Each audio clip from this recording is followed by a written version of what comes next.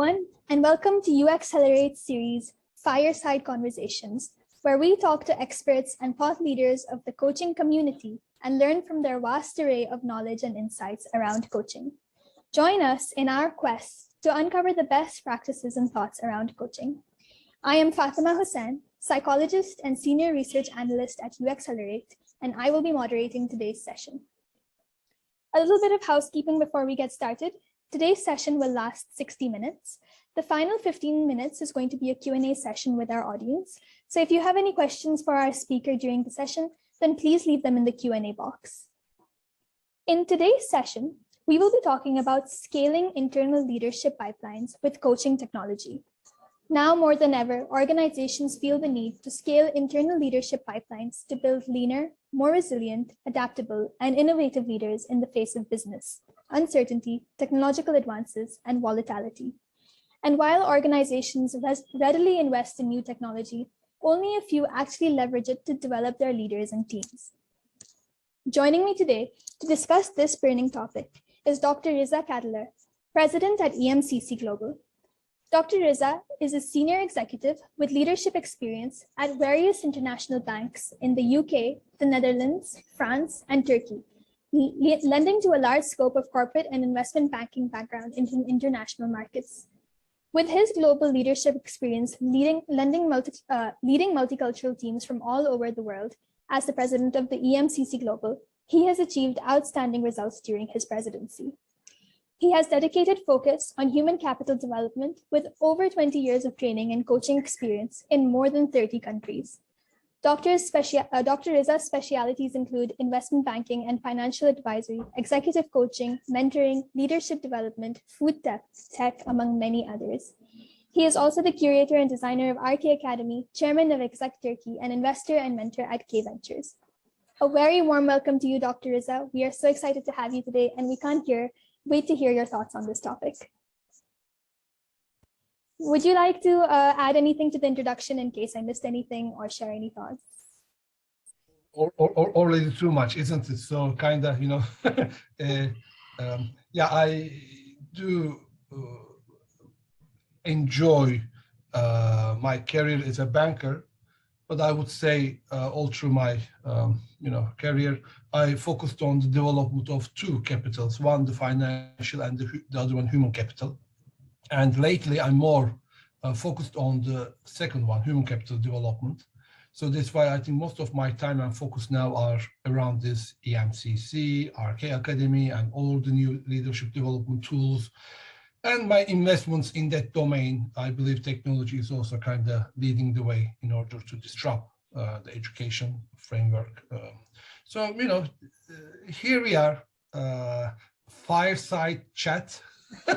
Great. So we're going to talk about, so please do ask, and I will be ready to do my best to share my thoughts on the subject. Thank you, Dr. Riza. So to get started with this topic, the first question I would like to ask you is, we all know the importance by now of building internal leadership pipelines. Even organizations are aware of the importance of building internal leadership pipelines.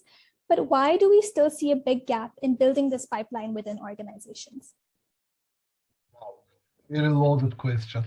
Would it be possible for me to screen share? So will you be able to give me the the housekeeping, let's say, yeah. 1 second. Or you should make just co-host or whatever. So yeah, I'll just make you host. This simplest way. Okay, you should be able to share now. Yes, I can now. Okay, perfect. I hear this. Just to keep it, okay, in case there are things that I'd like to share. Yeah, first of all, the leadership is a moving concept. When we talk about leadership, are we talking about, the way I see, there is only one single very important point in anybody's career. I'm talking about corporate life. This is the moment where they start to manage people. Like up until a certain period, we are just performing. We are doing what we can do, and we get all the results with our own work. But there's a certain moment where we become a manager. They call it manager. We can call it a team leader or whatever. So from that moment on, I think there's no any other single major change in anybody's career, because we are always in between. Even if you are a CEO, at the end of the day, you are in between the board and your executive team, stakeholders, and everything. So that moment is a very critical moment in anybody's career. I think where we should put more and more support and resources is at the very beginning, when the person becomes first time responsible by others' performance. Because if things doesn't go well at that stage, all the bad habits, they get all the way. And if the person moves up the scale, those bad habits or there's unnecessary, unfunctional, dysfunctional reactions, they stay with them. And then it's very difficult to change. So in most of my work, I'm doing some executive coaching. I'm working with some leaders in organizations. Some of the topics we talk are really the topics that could have been really solved when they were much, much earlier in their career. As they grow, as they become even more important, and they have a bigger impact, span of control, it becomes much more difficult to really deal with those basic changes. So my quick answer, I think this is where we make mistakes. So pipelines are, it's also a metaphor. So I don't like this pipeline metaphor, but at the end of the day, the abundance metaphor, the thinking that every single person is a leader in its own way. I'm talking about the agile concept. Why do we have to have all this one person deciding for everything? Every decision should be made at the relevant place, at the relevant situation. That requires every single person in the company has this leadership acumen. And that comes with experience. And experience means it's competencies, it's of course the skills, but also it's the judgment. And in order to improve our judgment, an important part of leadership skills is judgment. You need to make mistakes, because judgment is being developed as a muscle that's been developed by mistakes.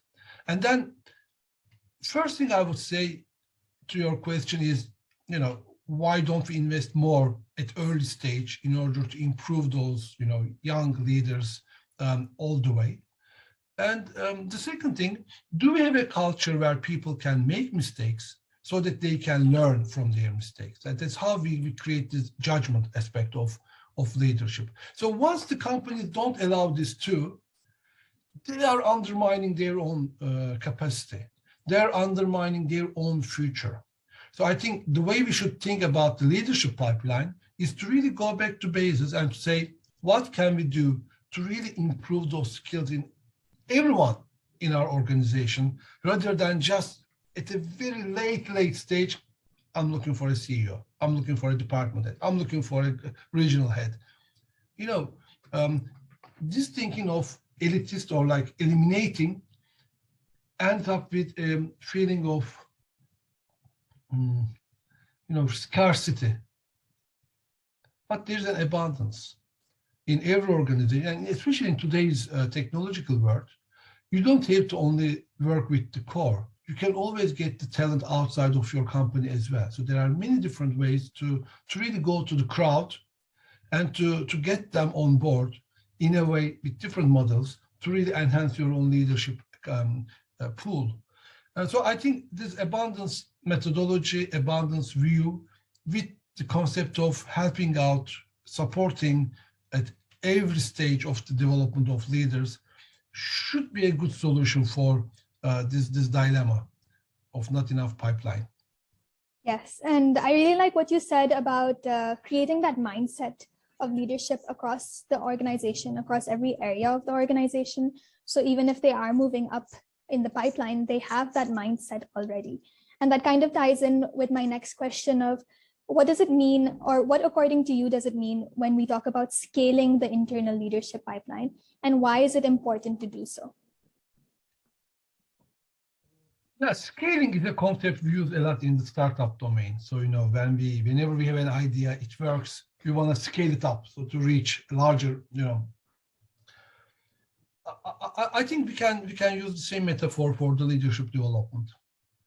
In that respect, I think it really boils down into a dialogue, a non-judgmental dialogue, where people can share their experiences, how they built their judgment, how they built their, skills and competencies.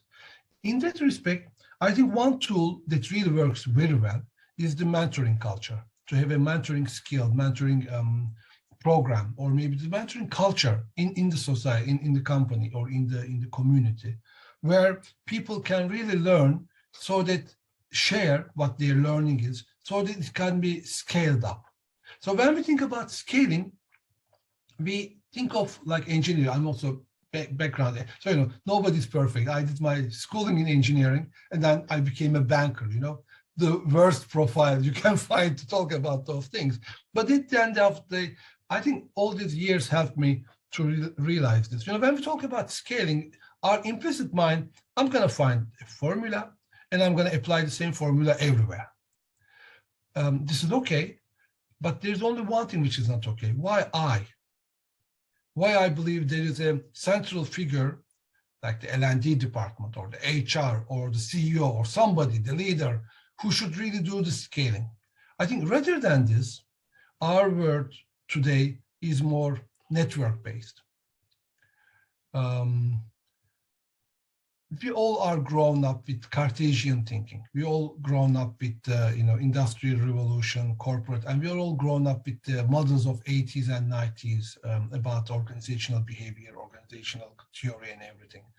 But I think with the advancements in technology, with the advancements, all these network-based, the concepts, I think we need to see things more holistic now.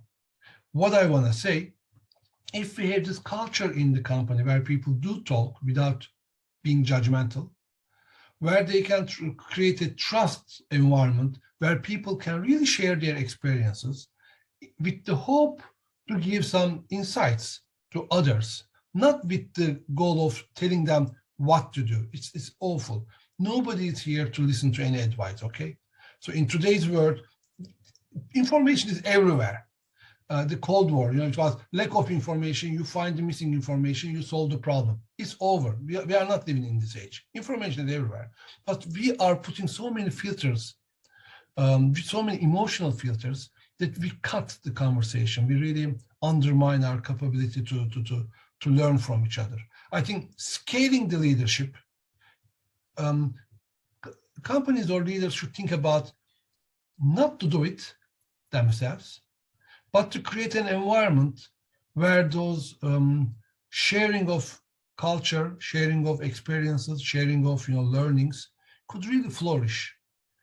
And it's also a kind of mind shift, rather than how to is more why, and then the paradigm shift that's required. And it's not easy. We are all victims of our emotional maps, but I think it all starts with being aware of yourself. So this reflective practice, which is the basis of coaching, I think is the solution to really for scaling up the leadership. If every leader, instead of looking for what they did, what they achieved, what things went wrong or blah, blah, if they can really focus on what's now different for them, what's they learning out of it, what's at the end of what happened, what would you do with it? This kind of basic questions, reflective questions, which are the basis of coaching skill, competence anyway. At the same time, I think it's today the leadership competence. Leadership is also now a reflective practice. Otherwise, AI is there. We're all going to be redundant. But if we can develop the skill of reflective practice to learn from our experiences, to really decide how things will be different for me after this experience, and then convert it in a language, a non-judgmental language, and being able in an environment, I'm going to touch upon that, inclusive environment, where I can share this with my other colleagues. I think this is where the leadership is becoming to scaling up in the community. Yes. And also when you are trying to build, or when you're trying to scale leadership, it helps create a team where everyone is learning the same mindset. So it's not like the team is looking up to one person, but if it's as if everyone is now on the same level, where they're all learning to become leaders. My next question to you, and this might be something that's interesting to you because I know you speak about technology a lot. A recent Aon study found that more than 60% of organizations have invested in new technology or platforms to enhance productivity and user experience and better catalog internal data. Yet only 11% of organizations are effectively using data and analytics to make sound decisions and scale internal leadership pipelines. Why do you think this is happening? And why is technology adoption still a challenge to have large-scale transformations? We all know today the most important asset is data. Those companies who can really organize, collect, clean, organize, and to use efficiently the data are the ones who have the largest market cap, are the ones who have the largest impact with brightest future and everything. We know that. So I think it's again a mind shift required here. Instead of producing what we produce, instead of delivering what we deliver, the companies also should focus which kind of data, which kind of information can we develop, can we generate, can we, offer. And I'm not just talking about client or employee data or profiling or whatever. I'm talking about behaviors. So if we can develop some data set where we can collect information about the behaviors, the value systems, and the approach of people, then there's a value that we can create. And I think HR is on the edge of understanding this change, because HR was a support function in the past. HR became for example, they benefited a lot, HR community, with this pandemic, because listening was not a class that we learned in our MBAs. And I remember in my MBA, we had this, how to make a pitch, how to convince, how to sell, how finance or whatever. I don't remember any class on empathy, any class on listening, and during the course of last 30 years, I think with the increase of coaching and the increase of all these, new tools and approach and understanding how important is a single person, the diversity, which is very important, together with inclusion, otherwise it doesn't work. I think the HR function came very much prepared with the listening skills. That's okay. But what we need now is more than this. It's not listening, but also generating data. So I think the big shift for the HR departments is to understand that every single employee is a sensor, is a data producer. So we need to understand what kind of data an employee can generate. Use them as a sensor, like Snapchat, the search, quick data recovery, or collecting data based on experience, whatever. There are many different things. So if we can collect data from our employees, then I think we have something to work with. Otherwise, what we do, I attended a conference a few years ago, and one slide that really stayed with me says, outside is 2019 or whatever, but inside is still 90s. So many companies have these legacy IT systems. We still use spreadsheets, we still use Word or whatever. So all those things that's been around for the last, 30 years now. And we base our IT structure on these rigid platforms. Whereas, in your mobile phone, I'm sure there are hundreds or maybe more apps that really change your life. But how many apps are applicable to our corporate life? Not much. So this dichotomy, this decoupling is one of the biggest problems, because the data that the employees generate, they stay with those apps, and the company doesn't benefit at all from this data. I think the companies should look into their employees as friends, trusted partners. Everybody is there to do the best that they can do. And with this trust-based relationship, I think we need to start developing systems where we can use the data for the benefit of the employees. Because today, if you don't have the trust, for example, the bank I was working for a few years ago, they had a new app, health tech, health. Great. So all the exercise I do, it takes the data, my whatever the blood level. Great tool, but I refuse to give my data to the company. Lack of trust.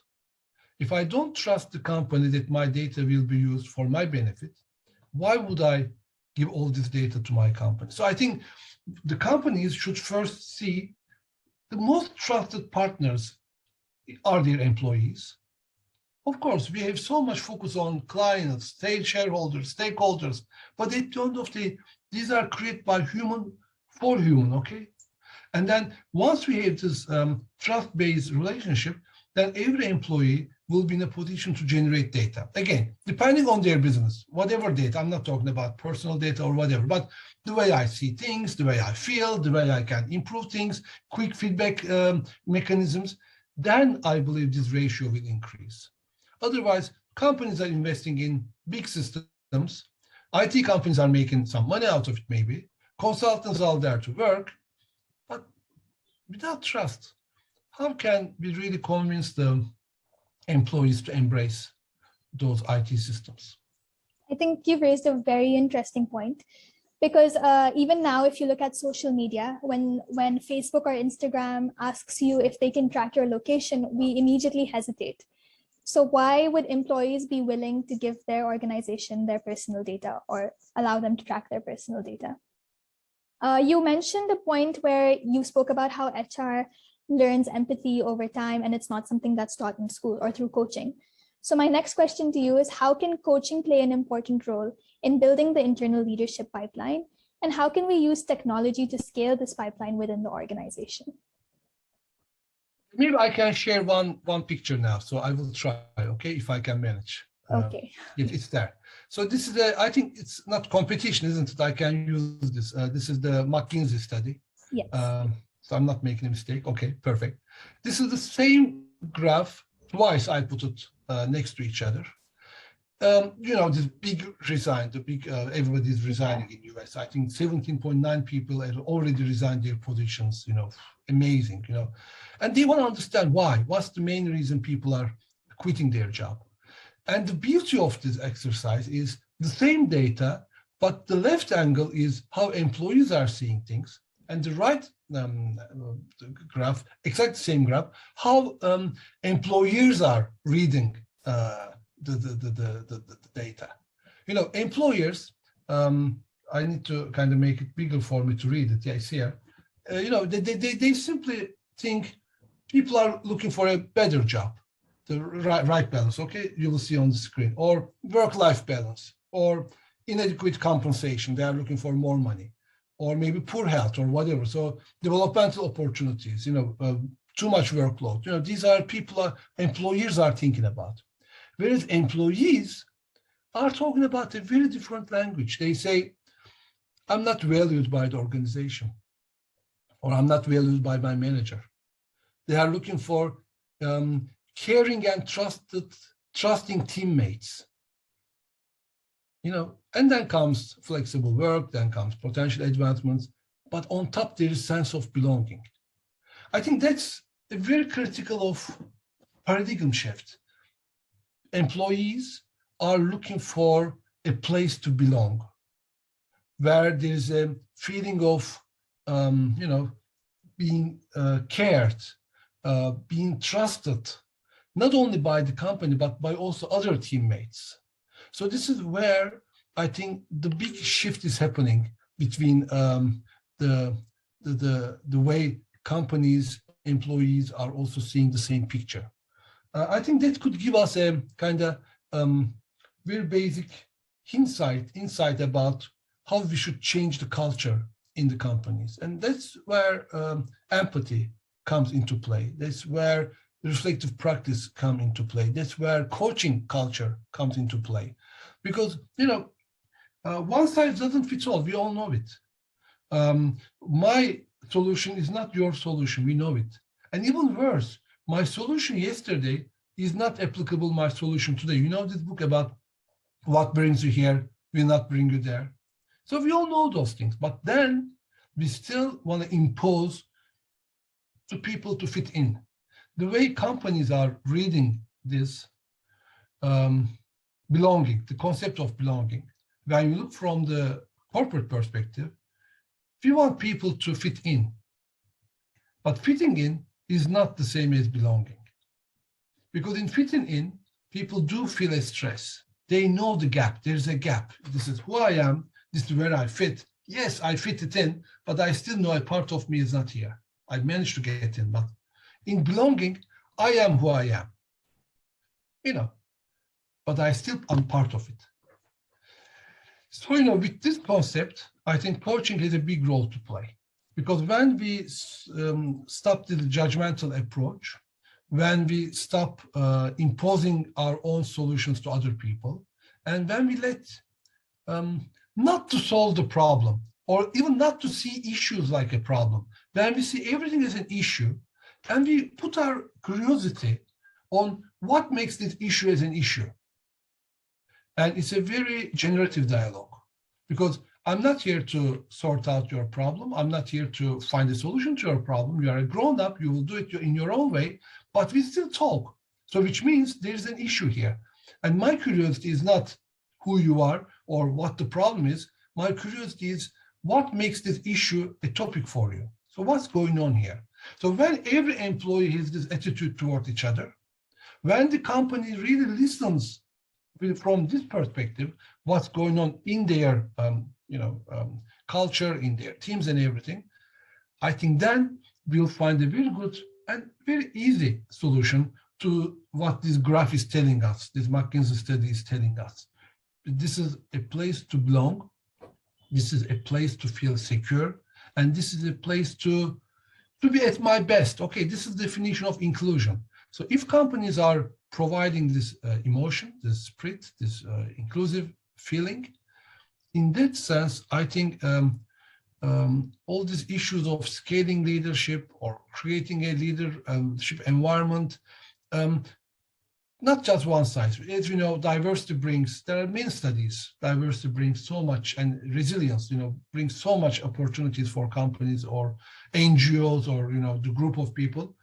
So I think this is where the scaling of leadership should really look and benefit from coaching, I would say. But coaching, not as a profession maybe, but as a way of life, a philosophy, the reflective practice, which is very important.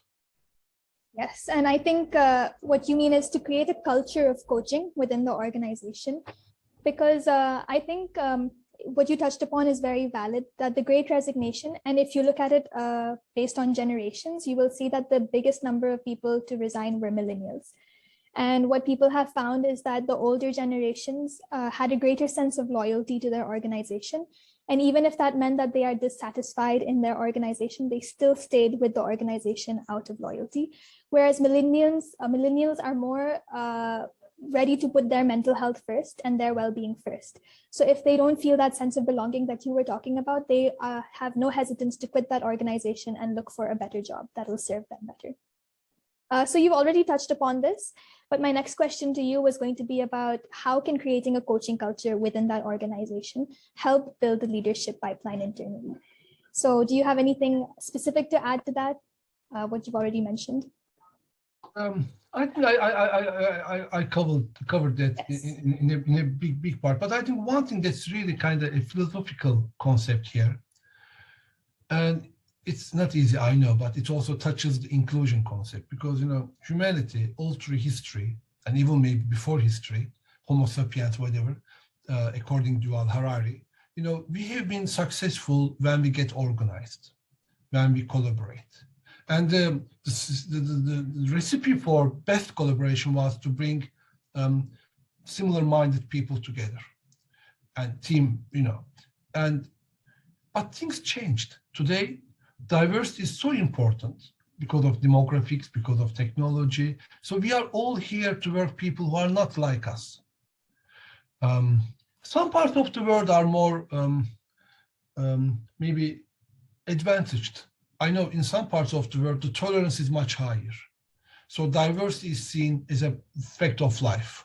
The colors, the odors, the food, the different way of life, belief systems, there are some parts of the world where there's already a kind of very diverse, but in some of the other parts of the world, for example, I'm based in Europe, this is a challenge because all through history, the education system and the belief system has really defined a certain type of right and wrong. And today, with technology, with the demographics changed and everything, we are all here to learn how to trust, how to work together, and how to create value with people who are not like me, like us. I think this is where a very philosophical issue comes into play.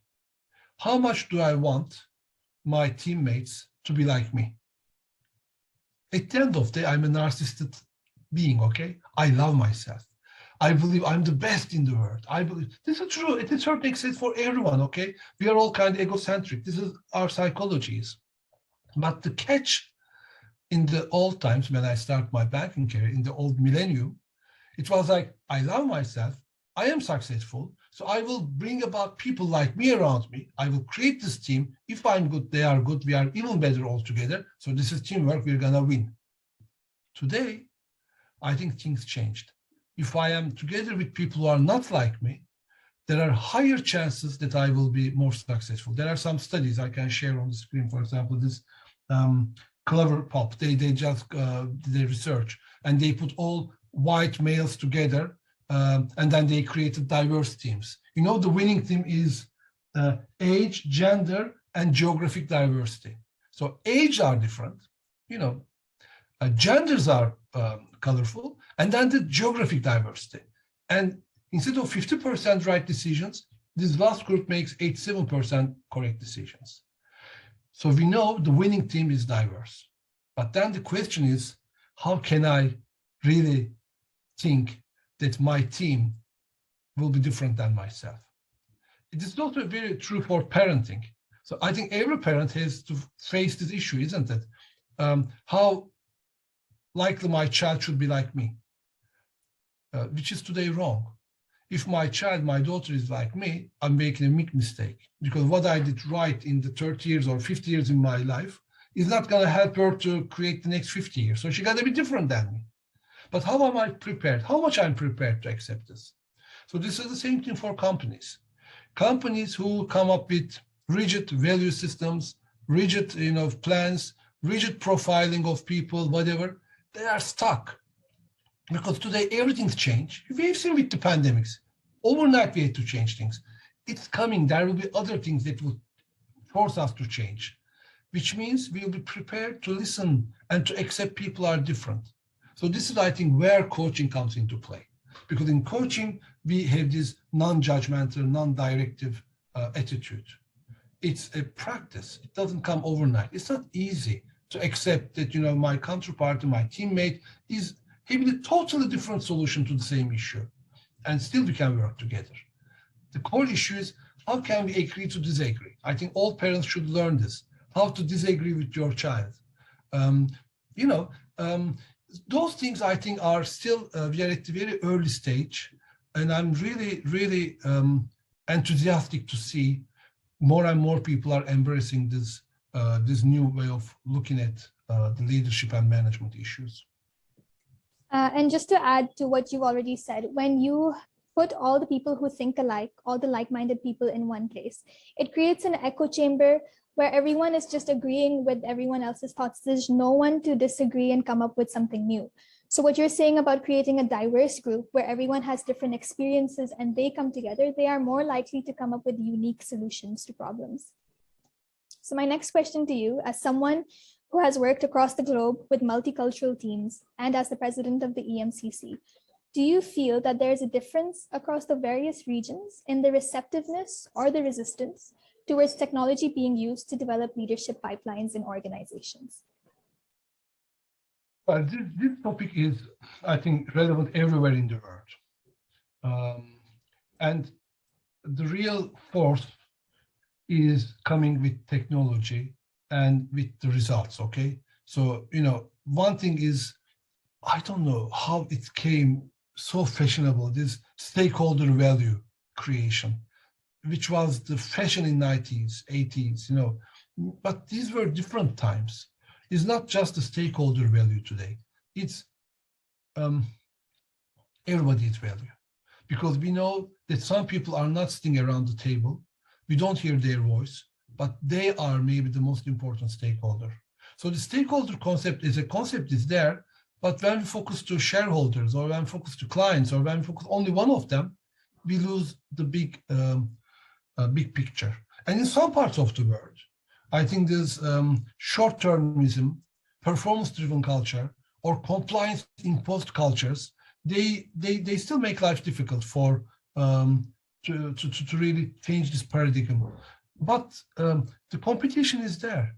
More and more companies are seeing that they lose their EBITDA, the profit margins. They see more and more disruptive technologies coming into their play. We see that, overnight some of the business models are disrupted. And, how can you really protect, what you have built so far? For example, blockchain. We all quickly think about crypto, whatever. It's not. Blockchain is a philosophy. Blockchain is decentralized ledger. And then it really questions many things. Do we really need universities for education? Do we really need a deed office for registrations of the land or whatever? Do we really need money? Do we really need whatever? But all those things are, at the end of the day, this is how the civilization is built. So change is not going to be easy, but we know that, some parts of the world are even more open-minded to look what's possible. And some are trying to still hold on to their past legacies. Legacies are not wrong, because at the end of the day, I have a basic philosophy. If you ask me, when was the best time to live in human history? I would say tomorrow, because I believe in human advancement. Okay, not everything goes linear, sometimes up and down, and some parts of the world are more relevant and more luckier than the other parts of the world. So not everything goes homogeneously, I know, but overall, I believe technology is a good thing. Overall, I believe humanity learns from their mistakes and repeats some of them, I know, but still, there's a progress there. So in that respect, what we have achieved so far is great. I think this is the best time in humanity to live for many data. That is correct. Even though our worries are so high, in reality, I remember when I was a child, I was in Ankara, in Turkey, and there was so much air pollution that we were not allowed to go out to play in the garden because of the cold. Today, I don't know whether this is true in everywhere in the world, but I think the municipalities and the local governments have improved substantially over the last 30 years. Then the air quality, I even have a app on my mobile. It shows me the air quality instantly. Things, when you are aware, you take an action. If you are not aware, you do nothing about it. So more we are aware, I think more technology is helping us to find solution to the problems. We identify the problem. So in that respect, yes. But again, it doesn't go homogeneous. And I think those who are smart enough to shift their paradigm early enough, they will create a better future for their communities. But those who oppose will see more and more frustration to come in their way. I think a great example of what you're talking about is how everyone had to shift to work from home during the pandemic across the globe. I think if we had told our grandparents 50 years ago, 60 years ago, that you don't have to step out of your house to earn money and that everything can be done through your laptop, they wouldn't even believe us. And just the fact that I am sitting in India today and you are sitting in Europe and we're having a conversation and all these people are watching us, 10 years ago, 20 years ago, people wouldn't even have thought that it would be possible. My next question. One thing, if I may add, so it's also kind of controversy. Okay, I also sometimes contradict with what I say. Yes, you're right. But at the same time, let's not forget, for example, the logistics sector. Even in those pandemic times, in the worst times, I think one of the greatest achievements of humanity was not just for us to work from home, but also to bring food to home. So the global supply chain didn't get broken down. So all these lorry drivers, all those people working in the supermarkets, all the people who are carrying their the delivery boys or whatever, they were really the heroes because they were out in the pandemic, still working, so that I have food at home. I think this e-commerce, we see this e-commerce concept, of course, the platform economies, that's great. But we shouldn't forget how it makes happen, because we don't still have these automated drones to bring food home, whatever. It will come. Unfortunately, those guys, the heroes, will be the ones they will lose their job. But, let's also give them their credit, because Very for true. the last 2 years, we have been really, I think that's remarkable. Food chain didn't broken down anywhere in the world. Supermarkets worked, home deliveries worked, or maybe some things stayed more conventional, but whatever. I haven't seen any article where people get really starved because of COVID, sitting home, finding no food at all. So we simply overlooked that, but I think it was a big achievement. I think humanity did a great job there.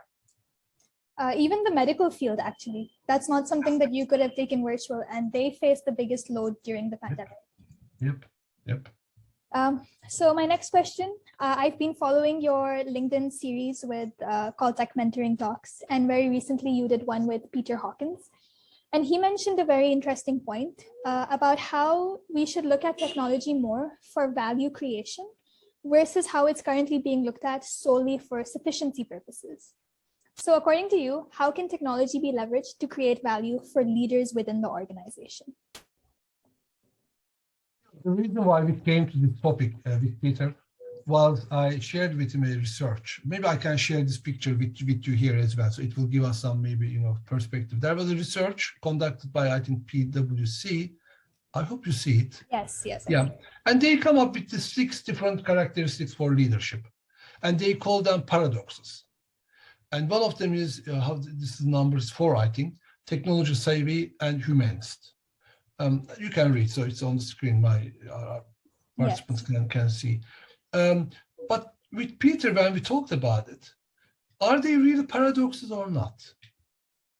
Because triangulation, the approach to any paradox is, whenever you hear in your language either or, there's always a third way. And the question is, instead of thinking like a paradox, a kind of 2-dimensional concept, how can we create a triangle, with technology and the humanistic approach? How can they work together in order to create something impactful? And the key question is, what is the world of tomorrow is expecting from us?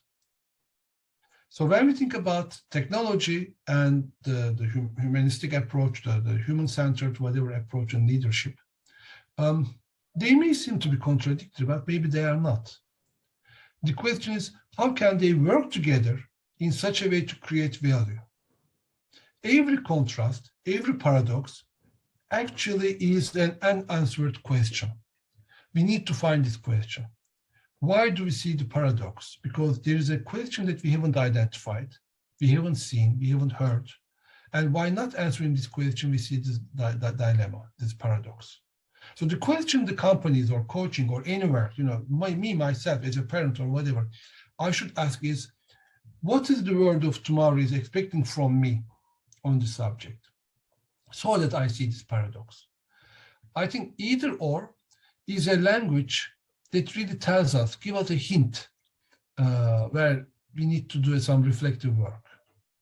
The Sufism, Rumi, Mevlana, he says, why in the abundance of the universe did you choose to put yourself in a prison? And there are various translations. I'm just using this one, for example, the same. It's all about either or. Whenever you say, I got to do that or that, I got to be technology savvy or I got to be humanist, whatever. Wait a minute. What makes you say this?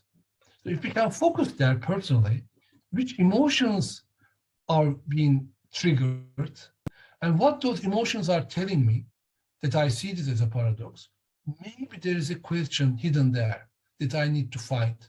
And when I find the question, the rest is easy because I will work on the answer, but I need to find the question. I think the core question is, what you just said, this paradox, why is it seen as a paradox to us? Because today, we know technology helps humanity to improve. But if we just see technology for the sake of technology, we also know technology brings devastation, big problems. Any new technology always came with some, at the detriment of something. And humanity has always benefited from technology, but you cannot protect, you cannot stop. So they have to come hand in hand. I think this is where we discussed and conversation with Peter, how this triangulation concept can help us to look from different perspectives. And again, there's no one answer that will fit all entities or individuals in the world. But I think everybody should look into that from that angle.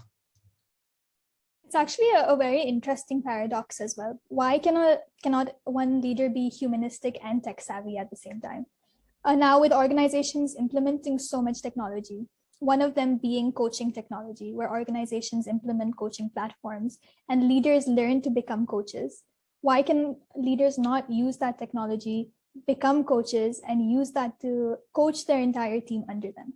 So it's an interesting paradox to think about. My next question to you, what would be your suggestion for organizations trying to build internal leadership pipelines, and how can they scale it smoothly? On top of everything I said so far, I think we need to also think about this concept of democratization. Democratization is a big concept, and I really don't know what it really means, but it means, in a way, opportunities, providing opportunities for access for more people. When I define coaching as it has been defined, it is still a privileged service for privileged people because, it's not really scalable. You need lots of resources, but maybe technology is a solution. The preventive healthcare is on the rise, and the mental health care in the world is really worsening a lot. So there are lots of problems. There are many data about mental health, how it deteriorates everywhere in the world. So put these two together, then maybe there is a domain for mental health tech, let's say, to support more and more population. And that's what we see. I have been, like yourselves, I have been approached by many technology providers all over the world. And the last one came from my neighbor, actually, where I live, just down the road. It happened to be another colleague of mine who has been developing this tool. And he found me through LinkedIn. So rather than walking the dog, we realized that we live in the same neighborhood, but we are just connected through LinkedIn. So everywhere in the world, I see more and more technological solutions to this issue. I think what leaders or what the decision makers can do is to identify some of those tools and to make it available. For example, in Europe, we do lots of work with European Commission, and one of the biggest strategic approach for European Commission is to create an inclusive society which is able to cope with climate challenge and also digital transformation. So in order to create this, there are many things, but one of them is the individual learning accounts. Every single person should have their own individual learning account. So learning shouldn't be just, so it requires certain micro-credentials. I think what we need to see next, and I think there's a role for EMCC to play there, we need to decide on certain standards for such platforms so that the users can feel more secure. And I really don't know what criteria. We need to do a research to find what criteria should be applicable so that the users can comfortably benefit from those platforms. But I think the mental health is on the rise, mental health tech is on the rise, and more coaching supported apps are in the marketplace, and they bring some of them are just Uberization, I call it. And Uberization is not bad because they use unused services, they benefit from the coaches all over the world, and they offer them international work, more standardized work, and that's good. But at the same time, democratization, not only the human aspect, but also the knowledge, sometimes machine learning, which is embedded in those platforms, are really, really helping, because at the end of the day, everything we said so far, which simply means 8 billion people has to learn this reflective practice, which means 8 billion people need to learn coaching skills. So how to do it? So I think technology is there to really bring some solutions to this big question. Thank you, Dr. Riza. And I'm very conscious of the time. So I think even though I had more questions, but I'll stop here so that we can take questions from the audience. So audience, if you have any questions, please leave them in the question and answer box or in the chat. And while those questions are coming in, I would like to tell you a little bit more about uExcelerate. So Dr. Riza, if you can make me the host again, I'll share my screen. I think you are still the host. I'm the co-host. Please try. No, Am I I think, host? yeah, you're the You host. made me host. Oh my goodness. Okay, you are the host. Okay. Yes. So thank you. Yes. Perfect. So please put your questions in the chat box while I just tell you about uExcelerate. Okay. Yeah. Oh, sorry. So I would like to actually start off by telling you about something I am incredibly proud of to announce for the very first time, our Coaching Culture Circle Conference, India's first and biggest coaching culture conference, with over 20 world-renowned speakers and an award ceremony to honor organizations striving to build coaching capabilities in their organization, and a huge networking opportunity for all of you who join. Please make sure to check out our website. It should be linked in the chat box, and register now for the early bird offer. Dr. Riza will also be gracing us with his presence as a part of our world-class jury, where he will be working with other jury panels to identify winning organizations. It's a two-day event that's going to be happening in May, from 12th to 13th of May, biggest coaching opportunity conference in India. So please do check it out. So now to tell you a little bit about the uExcelerate platform. We are a SaaS platform enabling organizations to scale and build a sustainable coaching culture, fostering personalized talent development for a robust leadership pipeline. We offer multiple solutions to suit requirements for modern organizations. The first is our coaching platform, which is perfect for organizations looking to develop coaching cultures because it allows you to grow and scale up the coaching practice to all levels of your organization and helps you build coaching capabilities within the organization. And the second is our marketplace, where our platform connects organizations to a pool of experienced and certified coaches. So if you or the people in your organization are hesitant to welcome internal coaches, you can try our marketplace of over 200 coaches to understand and test how the coaching journey will look for you. It's a personalized skill development platform to democratize coaching and allows you to manage multiple programs. It has goal setting, action planning, allows you to measure your progress. It has inbuilt attendance and feedback. It's an AI-enabled platform, which allows you to have multiple coaches who can you can choose the coach that fits your needs best. It has flexible sessions, so you can choose the day and time of sessions that is most convenient for you. It's integrated with live video facility. And if you are looking to have multiple sessions for multiple people, then the platform is capable of doing that as well. And we also provide data analytics for your sessions, so you can measure the ROI of your time and effort. It's an all-in-one platform to manage all your learning engagements. We allow easy setup and onboarding. We provide you with a dedicated program manager to ensure high level of engagement and support. It gives you a bird's eye view of the entire program to the admin. It allows you to manage multiple programs and customize learning engagement. And you can track your attendance, feedback, and engagement all through the platform. We also have a mobile app that's integrated with all of these features and more. So you can see your dashboard for both the coach and the coachee. You can, it's integrated with the calendar feature, which allows you to book your sessions comfortably. You can also have your live video sessions on the app itself. You can plan your sessions on the app along with set goals and action planning. And of course, the app is integrated with an instant messaging feature as well. Our coach marketplace is curated with coaches from all over the world, with over 200 coaches on our platform, all specializing in different areas. The coaches are certified from reputed organizations with 5 years of leadership experience in their field and a minimum of 500 coaching hours. If you have any more questions or would like to know anything else, please reach out to us on info@uexcelerate.com. So now let's move on to the Q&A session for Dr. Riza. I think we have lots of questions coming in. So the first one is it important for leaders to become coaches to establish coaching cultures in their organization? Yes. But not necessarily to become a coach, because coach is another profession. So if you are a leader, you are the leader. You don't have to resign and become a coach. But I think a leader as a coach, or coach as a leader, I think there's something. If the leader doesn't have this attitude, all the philosophy I shared with you, if the leader doesn't really share this or embed this or internalize this, otherwise it's always a very tiring.